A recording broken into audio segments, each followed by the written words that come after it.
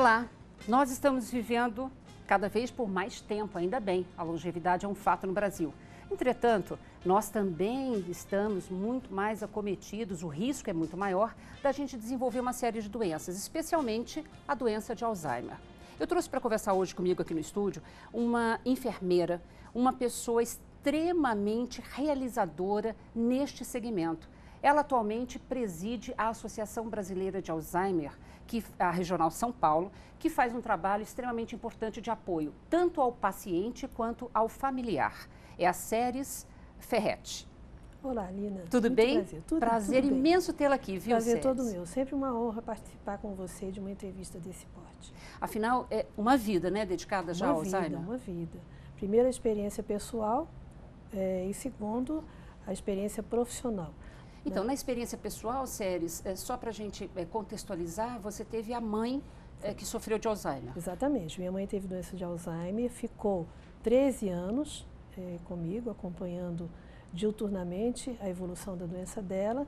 E depois que ela faleceu, eu decidi entrar para a área da saúde, porque antes eu tinha ido fazer filosofia, era uma coisa totalmente diferente. Depois que ela faleceu, eu decidi me especializar para cuidar das pessoas, aprender a cuidar e dar um pouco de suporte às famílias que sofrem hoje em dia com o seu familiar portador da doença de Alzheimer ou qualquer outro tipo de demência. Ou seja, porque na verdade você deve ter sentido na pele, quer dizer, toda a falta de suporte, o despreparo emocional, né, que a gente tem para lidar com esse tipo de doença dentro da própria família. Com certeza. Acho que o despreparo emocional ele não mudou da época que eu vivi o problema para hoje. Ele continua igual. Ninguém está preparado para vivenciar um impacto tão difícil, tão doloroso para a estrutura da família.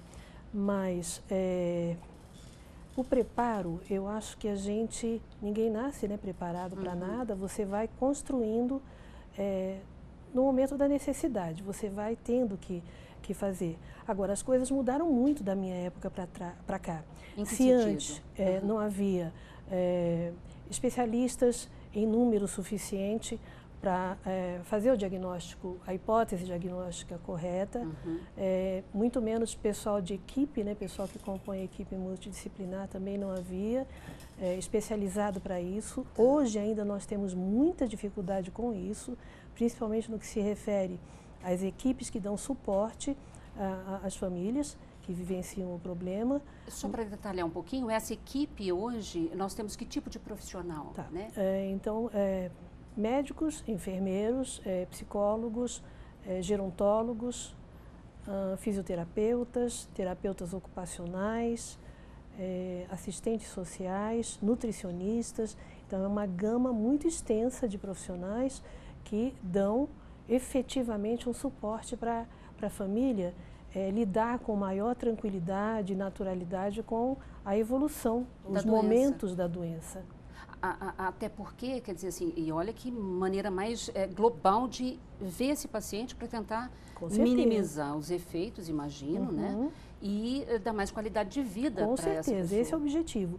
E um dos objetivos, eu não posso deixar de falar isso aqui, da Abraz, é exatamente esse, né? A Abraz, acho que sempre foi, e será preocupada em oferecer um suporte adequado de informações. A gente trabalha muito numa linha de educação em saúde para estar minimizando o sofrimento da família que recebe o diagnóstico e que fica sem saber, e agora, o que eu vou fazer?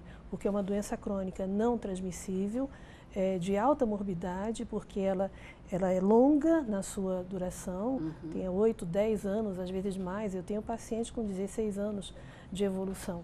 Né? Então, a gente tem que estar preparado para orientar esse familiar passo a passo. E esse passo a passo, vamos dizer assim, num curso natural, né, de evolução da doença, esse passo a passo começa como e que tipo de desafio principal essa família em geral vai enfrentar? Porque no começo há aqueles esquecimentos e tal, que eu acho que tem uma abordagem muito mais direta até o paciente, né? O principal desafio que a família enfrenta ainda hoje é a crença totalmente equivocada de que aquilo que está acontecendo, que está observando na pessoa que inicia o quadro demencial, é que é próprio da idade. Né? Ainda existe ainda esse existe muito ainda, principalmente, não tanto nos grandes centros. Tá. Eu diria que nas periferias dos grandes centros, mas nas cidades pequenas ainda. Não, a minha avó foi assim, a mãe dela foi assim. É natural. Isso é natural, isso é coisa da idade. Então, esse é o principal equívoco, porque as pesquisas recentes mostram que quanto mais precoce se faz o diagnóstico, maior a chance dessa pessoa ter uma qualidade de vida mesmo, identificar de verdade a progressão da doença. Pois é, eu acho que isso que você acabou de dizer é tão importante. Eu trouxe aqui, inclusive, no programa, o doutor Paulo Bertolucci. Sim, claro, conheço. Que colocou isso claramente, que já há estudos científicos que comprovam mesmo uma janela, 15 em base, numa média de 15 anos antes do início dos sintomas. Você consegue interferir e retardar, inclusive, o aparecimento da doença. Isso faz toda a diferença para o futuro. Tem até um artigo recente também que fala, se você quiser, depois eu encaminho para você. Quero, com certeza, já de antemão. É para profissional, realmente, né? Mas que diz que o alentecimento da marcha, problemas com a marcha nas pessoas acima de 60 anos, já pode ser um indício de que no futuro ela vai desenvolver um quadro demencial. Né? Então, a gente tem uma série de outras ferramentas que, hoje em dia, facilitam muito o trabalho do profissional que se dedica a isso. Né? E a preocupação, voltando da Abras, é levar à população a informação atual e, assim, numa linguagem adequada à compreensão da população leiga. Né? Não adianta eu ficar falando, não, porque o prognóstico, porque a doença, porque, enfim, falando termos absolutamente técnicos e que a família ela está num impacto emocional tão grande, ela continua sem entender e ela pode entender de uma forma equivocada. Que é mais sério ainda. Por exemplo, está tomando remédio, então ele vai ter cura, né? E não vai ter cura. Essa é uma doença que, infelizmente, ainda não há um tratamento modificador da história natural dela. Ela vai evoluir. Né? O que acontece com os medicamentos é que eles lentificam a progressão da doença. Você estava me falando qual é o impacto da família nos diferentes momentos da doença. O principal é esse, né? Essa crença equivocada de que a idade faz parte. E, na sequência, é o que eu vou fazer com isso. Então, são pessoas que ficam desesperadas num primeiro momento, ou porque aquele que está doente tem uma carga emocional muito forte, uma ligação muito forte com a pessoa que vai cuidar, ou então porque aquela pessoa que vai cuidar, ela necessariamente vai precisar abrir mão de muita coisa, de projetos de vida, por exemplo, em curso, muitas vezes vai ter que deixar de trabalhar para tomar conta do indivíduo que passa da fase inicial, que tem aqueles problemas de esquecimento, mas que ainda não está tão debilitado, né? Não tão debilitado, mas também não pode ficar sozinho. Né? A fase inicial e a intermediária, no meu entendimento, são as piores. A fase inicial porque a família vai ao médico com o paciente e fala diante do paciente, muitas vezes, não daquele médico que já tem familiaridade com a doença, que acaba entrevistando os dois separadamente. Mas, e aí, o que está acontecendo com o fulano? Como se o fulano não estivesse ali presente. Né? E aí, a pessoa que está doente falando, está tudo bem. Né? E o familiar diante dele diz, nossa, doutor, o senhor não sabe o que ele fez ou ela fez ontem ou semana passada. E você observa o paciente fazendo aquele sinal, ele vai virando o pescoço e olha para o familiar e olha para o médico, espantadíssimo, porque ele não tem registro daquilo que ele fez. Então ele chega a verbalizar, eu não fiz isso, por que você está falando isso? Então é comum também você ver quadros depressivos no paciente nas fases iniciais, porque ele se vê chamado a atenção frequentemente por alguém da família e ele não tem registro de que ele fez cometeu aquele erro e eventual. Dizem que, inclusive, é muito comum no início os familiares perderem a paciência. Né? Muito, muito. Então é muito sofrido. Eu acho que essa primeira fase é muito sofrido para os dois. Tem que ser acolhida de uma maneira muito importante. E nós profissionais, principalmente os psicólogos e enfermeiros que têm uma participação mais aproximada, a gente tem que estar muito atenta, porque essa resposta do familiar, de agressividade, de perda de paciência, ela pode fazer parte de resposta de um universo psicológico do ser humano, que é a negação. É como se você olhasse para o seu paciente, e isso aconteceu muito comigo, né? Olhar para a própria mãe e falar, não, imagina. Por que você foi ficar assim? Claro. Onde está a minha mãe agora? Né? Por que está acontecendo comigo isso? Então são fases, tem até um livro que fala muito bem essas fases, que é interessante quem quiser ler, de uma psiquiatra americana, Elizabeth Kubler-Ross. Ela fala sobre a morte e o morrer. Então ela fala sobre as 5 fases de resposta psicológica do ser humano, né? Então, negação, depois uma certa revolta, né? Por que isso aconteceu comigo? Depois, aquela coisa que ela chama de barganha, é você ficar fazendo promessas, né? Ai, meu São Judas Tadeu, eu prometo que se eu não vou fumar mais. Né? Depois, uma fase de aceitação, porque vê que as coisas não estão caminhando. E, no final, a resignação.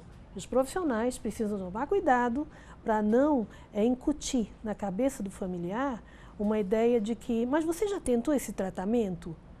Ah, mas você já foi naquele médico? Ah, não, isso não pode ser assim, porque você traz a pessoa para a primeira fase desse ciclo de novo. Então, é um sofrimento psíquico muito grande. Nossa, né? É tão importante então, esse seu alerta, Séries. Tem essa fase, eu diria que essa via de resposta do familiar, e tem aquela outra via também de uma história extremamente negativa ao lado daquele paciente que ficou doente ao longo da vida, né, de violência física, violência emocional, histórias muito pesadas de estupros e tudo mais, e de repente aquela pessoa evoluiu para um quadro demencial e o único cuidador é exatamente aquele que foi um dia vítima daquela pessoa que está doente.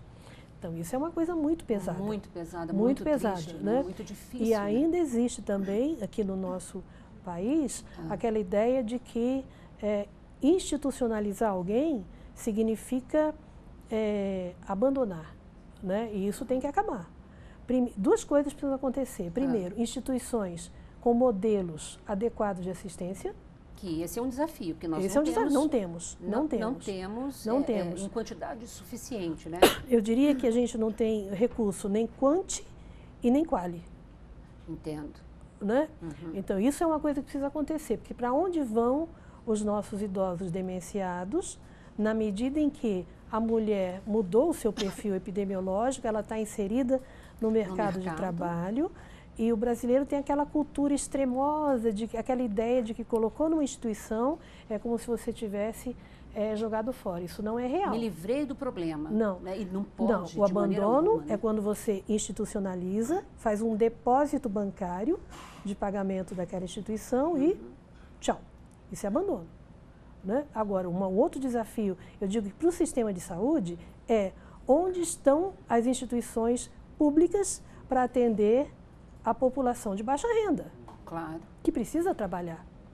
Na minha experiência de enfermeira, Lina, eu já cheguei a encontrar pacientes amarrados numa cama com corda, sozinho.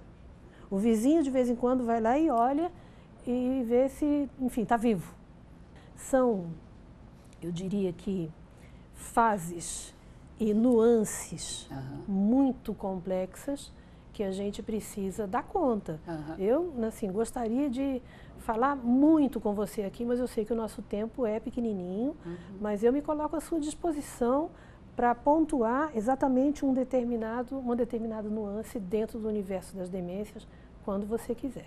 Olha, eu acho que o convite aqui para a TV Faz Muito Bem vai ficar totalmente aberto, Séries, porque eu acho que a gente tem que mesmo tentar desmistificar, passar sinais de alerta. Eu acho que falar também desse cuidador, né? Claro. Porque o cuidador, me parece, é uma pessoa, em geral, da família, que tem que abrir mão de tudo, né? E que também tem que aprender a se cuidar. Com certeza. É isso? Com certeza. E mais só um detalhezinho, esse cuidador, e eu digo isso com certeza, porque estou acabando de concluir um estudo, uma pesquisa sobre custos com demência, custos indiretos, que é o custo do cuidador, né? Então, as horas dedicadas e tudo mais. Então, é muito pesado. E os custos indiretos, não só nos países de alta renda, como aqui também, eles são muito maiores do que os custos diretos da sociedade, por exemplo, entendeu? Então eu acho que isso é uma coisa que precisa ser melhor equacionada. Com certeza, né? Com certeza. E a Abras, dentro desse processo, apoio ao paciente e ao familiar. Sim. Ela faz isso, inclusive, com reuniões, com palestras? Sim. As reuniões são reuniões mensais, né, que a gente tem os nossos grupos, a Subregional São Paulo faz isso, e também os grupos de apoio. E agora, os cursos que eu estou entrando novamente na presidência, os cursos que a gente vai estar oferecendo, tanto para profissionais quanto para a população leiga. Perfeito. Olha, eu quero agradecer muito a sua presença. Eu que agradeço, Lina. Viu? E o espaço vai ficar aberto, nós vamos conversar muitas outras vezes. Com certeza, vai ser o maior prazer para mim. Beijo. Muito obrigada, até a próxima.